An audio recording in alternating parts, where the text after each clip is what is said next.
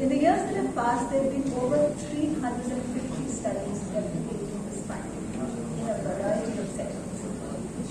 The potential that we personally express, which we take so much pride in, is so often a factor of the potential that others saw in us.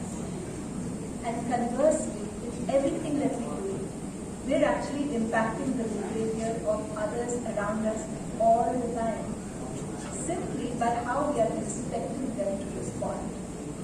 This is true of the classroom, but it's equally true of the workplace. The subtle signals of belief received, the chance at challenging projects, the chance to even speak up at meetings, each have a huge impact. Now, the final story I want to share is one that I always remember, that I work with leaders who are trying to understand, sometimes out of sheer frustration, why people in their organization are behaving in a certain way. By the way, not uncommon at all. So this study took place in 1971 at Stanford. A psychology professor, Philip Zimbardo, wanted to run an experiment to understand what happens when good people are placed in bad situations temporarily. So he created a simulated prison cell in the university. And the simulated prison cell included 3 6-by-9-foot actual prison cells, physical prison cells. Now those of you who are academics know that there is no way a study like this could ever happen, in the decades that followed. After extensive psychological screening, 24 healthy young undergrads were selected to participate. Participants were just randomly assigned the role of either being a prison guard or being a prisoner. Now the prisoners were to remain in the mock prison 24 hours a day during the study, and guards were assigned to work in 3-man teams for 8-hour shifts.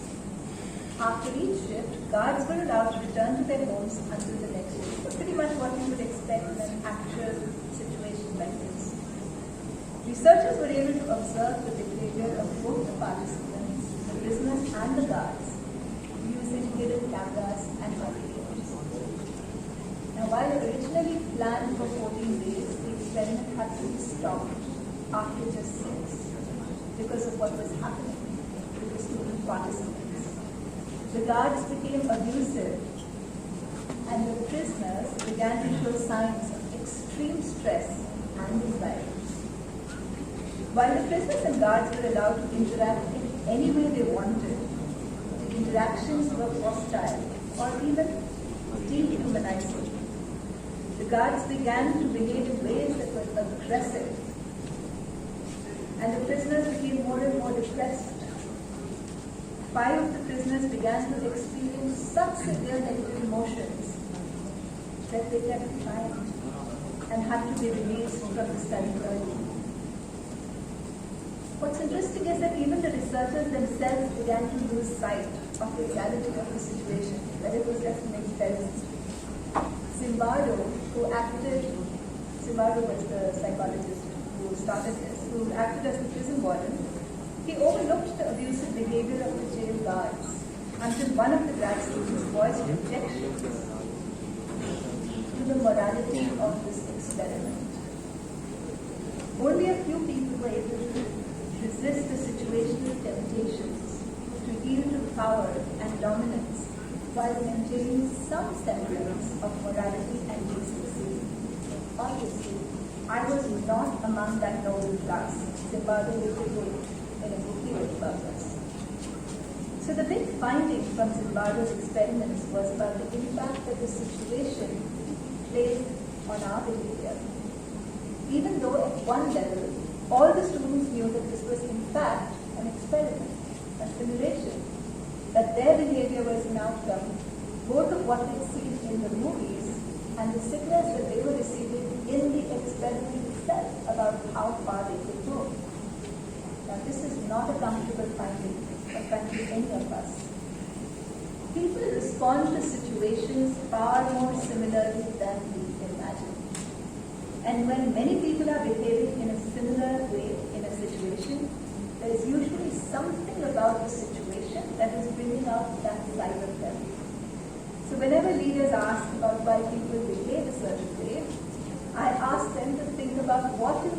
situation is encouraging that behavior. And that's hard. So with that, let me offer you a secret that can give you an unfair advantage over everybody else who's graduating today, this year, is what I mean. Remember, the soft stuff is in the end the hard stuff. With that, let me wish each one of you the very best in your career and your professional and personal journey.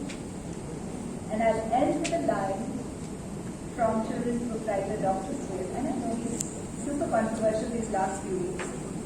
I think he still goes quite well.